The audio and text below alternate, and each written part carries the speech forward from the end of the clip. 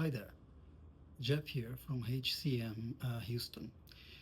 Today I'd like to talk to you about tattoo removal. Specifically, I'm recording this video as yesterday I had a patient that came from different clinic. She had 4 sessions, which unfortunately gave her a lot of side effects.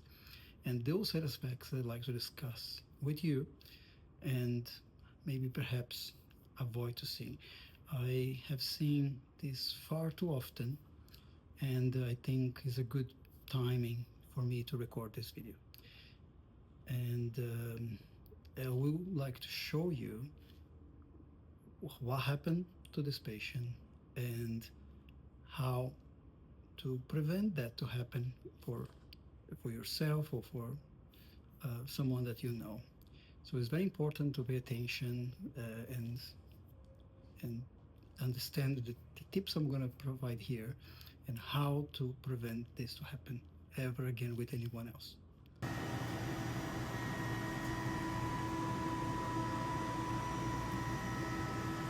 Yeah, all this pretty much is keloid formation and PIH. The way that tattoo removal works, the laser hit target specific the particles of ink. Will depend the color, depend of the depth, and many other factors, skin colors and locations. All this has to be taken into consideration. But what most important to know that your treatment is working, it should be causing something called frosting. The frosting is like a cloud, it's like a bubble that forms between the skin and the ink. Don't confuse that with erythema or very minimum uh, frosting, because some other devices that doesn't use a pico technology, they also can cause is erythema, and the main difference is this cloud is more red, it's not white. The white is the frost. So it's a lot of gas build up with under between the layers of the skin and the ink. That break down the ink particles that make that frosting. You see the frosting here when we'll put the after the treatment from her and plus during the procedure you can actually see forming, which is if your clinic or your laser specialist is not doing that for you, that means or you have a very wrong settings on his device, technique could be incorrect, or the device itself could be defective or could be with some problems that should be avoided. Because the reason that she had that amount of scarring, she was telling me it was a very painful procedure, and she had 4 sessions and never had this frosting. So that's very troublesome because you can notice her previous tattoo was a butterfly. She had a scar formed in the shape of her tattoo. That means it was really reckless how they did the procedure, why someone would do that without fully understanding what she'd be dealing there. It's a puzzle for me. But again, I like this video making exclusive just to share my experience and perhaps helping you to avoid getting this sort of trap. Um, if I can help one patient to avoid getting this sort of problems, I'm very happy with my video.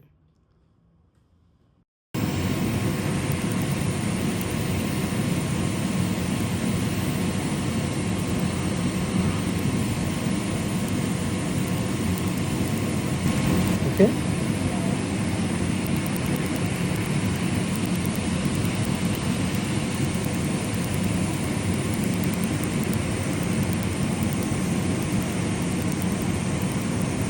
Observed during her treatment, you can actually see the forming of the frost that I mentioned. The reason that is forming again is because a particle of ink is being damaged. It's you notice it's a very white frosting. That's basically because all the four procedures she had previously was not really successful targeting the ink. They are mainly targeting the top layer of the skin, most likely with wrong type of device, wrong wavelength, or she could not tell me which device they were using. But I can, by experience, I can tell there was a thermal damage. So it was excessive heat, which normally indicates nano technology instead of pico technology. So to have a full understanding what that means is nano is a bit slower to deliver the energy. What that means is it's a more thermal effect. With the pico sure machines or picoseconds lasers, they deliver a much faster, like a million times faster, and that fast delivery penetrates more on the ink and break down more particles big, so basically makes they shattered the ink in many more particles. That's why it build up much more of the cloud effect, this whitening, this puckering or frost. So that's a very indicative that is working, and that you, all your tattoo removal should be expected.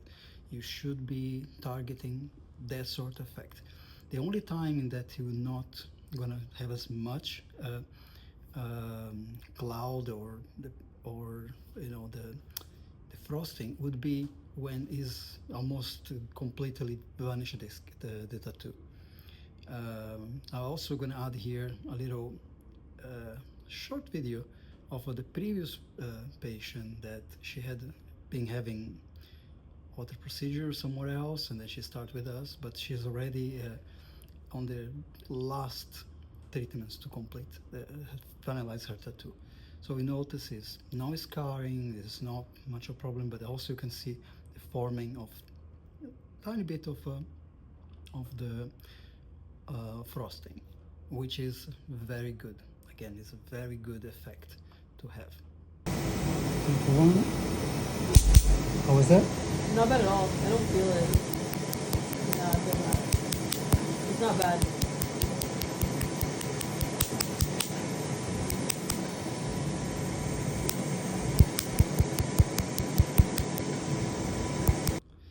Now, if your technician is giving you too much pain, despite even using topical, which by the way, I or here at HCM we prefer not use topicals because we have something called Zimmer, which is an air coolant that prevents use. The reason it's not a good idea to use topical is because the moment you apply some topical anesthetics on your skin, you attract a lot of water, and water it's not good because it will take some part of the energy from the laser away, and you want to target mainly in your ink. You don't want this to be on your skin or anywhere else. You want to target exclusively the ink. So that's what's important, and it doesn't mean that it should be more painful. Like I mentioned, the patient said she had four very painful sessions with me yesterday. Despite not using any sort of a topical or numbing cream, she has no complaint of pain once, and you could see clearly the forming of the cloud and the frost being forming immediately upon delivery of the laser. So I'm very happy with that, and hope to see her in 3 weeks, and I will include here her results on the next video. So my top tip here would be, if you're looking to have a tattoo removal, please search credentials and a good uh, technician with a lot of experience, but at the same time look for the equipment they're using. Do research. Search or pick a shore here. I think you are the only one here in Houston so far, because again, it's a very costly device, and not many offices invest in technology like we did. So consider your options, and if you like some more information, please contact HCM reception and book your consultation, and we are more than happy to assist you.